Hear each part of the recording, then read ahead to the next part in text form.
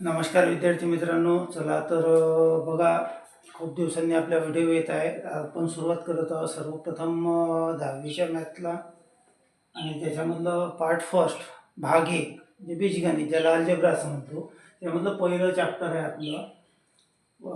काय दोन चलातील रेषीय समीकरणे, linear equation in two variables. आता दोन चलातील रेषीय समीकरण म्हणजे नेमकं काय? Linear equation in two variables याची डेफिनेशन वाक्य आपल्याला मराठीमध्ये दिलेली आहे.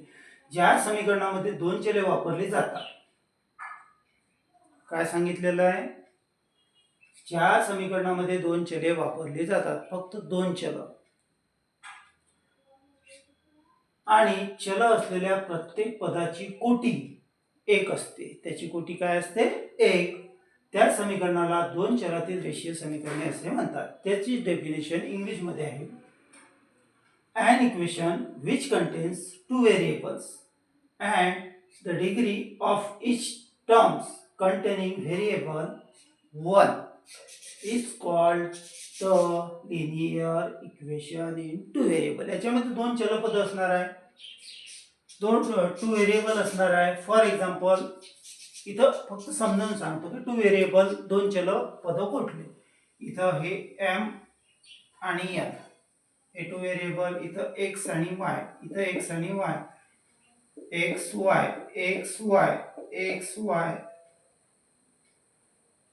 याला म्हणू आपण व्हेरिएबल चल पद.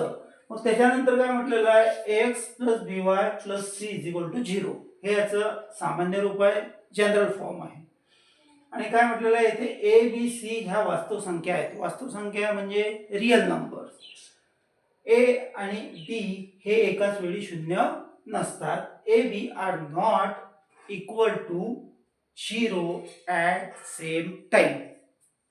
थोडक्यात सांगतो बघा, ax plus b y plus c is equal to 0. हे जे टू व्हेरिएबल आहे, दोन पद आहे. इथं एक्स आणि वाय हे दोन पद आहे. कुठल्या गणितात एम आणि एन असू शकते, पण जनरली एक्स आणि वाय या चॅप्टर मध्ये तुम्हाला बघायला मिळेल. व्हेरिएबल कुठले दोन असू शकतात. मग आता इथं काय म्हटलेलं आहे की ज्याची कोटी एक आहे, डिग्री 1. आता डिग्री म्हणजे काय? हे इथं जे असते त्याला म्हणत असतो आपण डिग्री, कोटी. आणि इथं काही नाही म्हणजे काय असते? नेहमी एक असतो. काय असतो? एक असतो. हा पहिला मुद्दा आपला क्लिअर झाला. प्रत्येक पदाची कोटी ही काय असते? एक असते. काय सांगितलेलं आहे? The degree of each term containing variable is 1. याची डिग्री नेहमी एक असते. लक्ष द्या, इथं एम आणि एन पण असू शकतो, वाय आणि झेड पण असू शकतो, परंतु याची डिग्री ही नेहमी किंवा याची कोटी ही नेहमी किती असायला पाहिजे? Linear equation in two variables मध्ये, दोन चलातील रेषीय समीकरणामध्ये ओनली 1. फक्त डिग्री आणि कोटी त्याची एकच असायला पाहिजे. आणि इथं काही दिलेली नाही म्हणजे ही नेहमी काय असते? एक असते. या एकच्या ठिकाणी 2 असेल, 3 असेल, 4 असेल तर समजून जायचं की हे लिनियर इक्वेशन नाही आहे, दोन चलातील रेषीय समीकरण नाही. चला नेक्स्ट पार्ट घेऊ आता आपण याचा. त्याच्यानंतर काय म्हटलेलं आहे? याचा हा जनरल फॉर्म आहे, सामान्य रूप आहे. ए बी सी ह्या वास्तव संख्या आहेत, आर रिअल नंबर. ए आणि बी एकाच वेळी शून्य नसतात. A B are not equal to 0 at same time. A आणि बी म्हणजे हा ए आणि हा बी एकाच वेळी हे शून्य नसतात, म्हणजे याची किंमत शून्य नसते. For example 0x 0y c is equal to 0. एकाच वेळी हे शून्य नसतात. हा दुसरा मुद्दा क्लिअर. आता काय सांगितलेलं आहे इथं? नेक्स्ट पार्ट मध्ये सांगितलेलं वास्तव संख्या, रिअल नंबर. आता वास्तव संख्या रिअल नंबरची इथं आपण डेफिनेशन थोडी वेगळी घेऊ. म्हणजे या चॅप्टरसाठी दोन चलाचे रेषीय समीकरण, linear equation in two variable. आता बघा,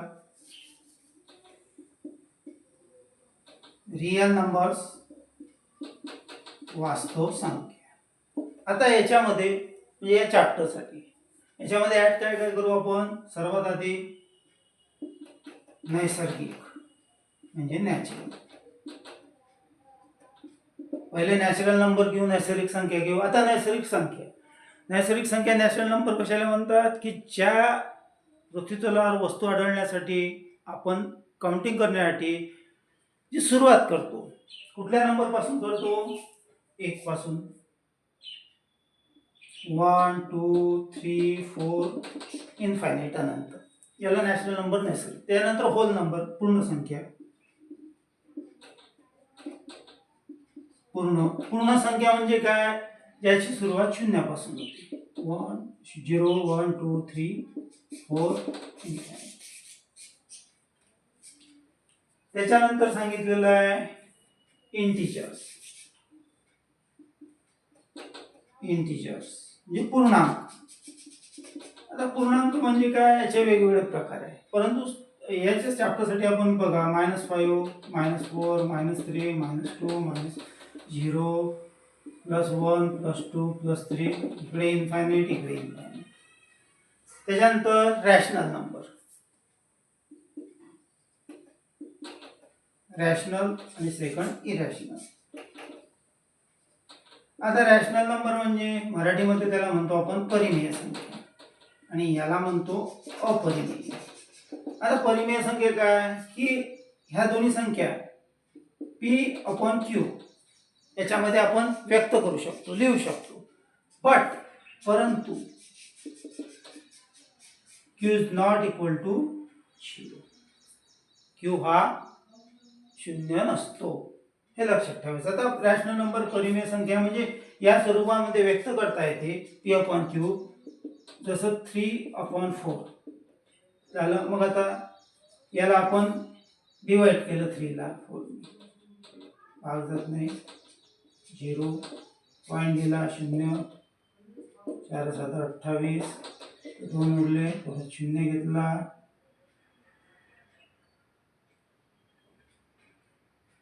4 पंच 20, 20 0.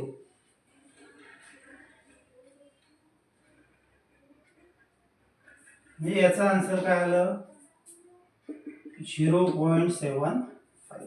म्हणजे आपण रॅशनल नंबर परिमेय संख्या असे व्यक्त करू शकतो की ज्याचं उत्तर आपल्याला काहीतरी माहिती आहे किंवा समोर काय येणार आहे वगैरे. आणि इरॅशनल नंबर अपरिमेय संख्या आहे P/Q या स्वरूपात व्यक्त करतो. But Q is not equal to 0. Q ची किंमत 0 नसते. आणि हे सोडवताना याचं उत्तर समोर काय आपल्याला माहित नाही, म्हणजे इन्फायनाईट येते. काय आहे ते? इन्फायनाईट. या सर्वांचा सेट म्हणजेच रियल नंबर या चॅप्टर लक्षात ठेवायचं. मग त्याच्यामध्ये √3, √2, √5 अशा पद्धतीचे येतील. हे थोडक्यात आपण हे रियल नंबर हा एक जो शब्द आलेला आहे त्याच्यावरून आपण घेतलेलं. आणि राहिलं संख्यांचं एक वेगळं चॅप्टर आहे आणि ते खूप डिटेलमध्ये आपण घेऊ एखाद्या वेळेस, परंतु तात्पुरतं एवढंच लक्षात ठेवायचं आहे आपल्याला. काय काय मुद्दे शिकलो आपण? सर्वात आधी डेफिनेशन शिकलो की याच्यामध्ये फक्त 2 चल असतात इन 2 व्हेरिएबल्स. ते XY असू शकते, MN असू शकते, PQ असू शकते, काही असू शकते, पण 2 व्हेरिएबलच्या व्यतिरिक्त 2 चलाच्या व्यतिरिक्त याच्यामध्ये हे कुठलंही तिसरं पद राहणार नाही. हा पहिला मुद्दा. सेकंड नंबर काय शिकलो? सेकंड नंबर शिकलो की त्याची कोटी, जी व्हेरिएबल आहे, जी चलपद आहे, त्याची कोटी, त्याची डिग्री ही नेहमी 1 असते. त्याची कोटी, त्याची डिग्री ही नेहमी काय असते? 1 असते. लक्षात ठेवायचं. हे व्हेरिएबल, ही त्याची डिग्री, कोटी. त्याच्यानंतर A आणि B हे एकाच वेळी 0 नसतात. A and B हे एकाच वेळी 0 नसतात. A and B are not equal to 0 at same time. दुसरा मुद्दा. आणि वास्तव संख्या आहेत. येथे ABC ह्या वास्तव संख्या आहेत, रिअल नंबर आहे. रिअल नंबर मध्ये आपण याच्यामध्ये हे पार्ट घेतले: नैसर्गिक, नॅचरल, होल, पूर्ण संख्या, इंटिजर्स पूर्णांक संख्या, रॅशनल नंबर परिमेय संख्या, इरॅशनल नंबर अपरिमेय. या सर्वांचा सेट आपण रिअल नंबर म्हणजे वास्तव संख्यामध्ये इथं या चॅप्टरसाठी घेतलेला आहे, एवढंच लक्षात ठेवायचं. चला तर मग वळू आपण. आता आपल्याला ओळखायचं आहे की बा हे जे आपल्याला एक्झाम्पल दिलेले आहे 7 एक्झाम्पल आहे. काय म्हटलेलं आहे, हे नंबर दिलेले आहे 7 क्रमांक, त्यानंतर इक्वेशन समीकरण आहे आपल्याकडे 7, त्याच्यानंतर म्हटलं is the equation in linear equation into variable, दोन चलाचे रेषीय आहे किंवा नाही, येस ऑर नो, तेवढंच आपल्याला उत्तर द्यायचं आहे. आता ते आपण पाहणार आहोत, लक्ष द्या.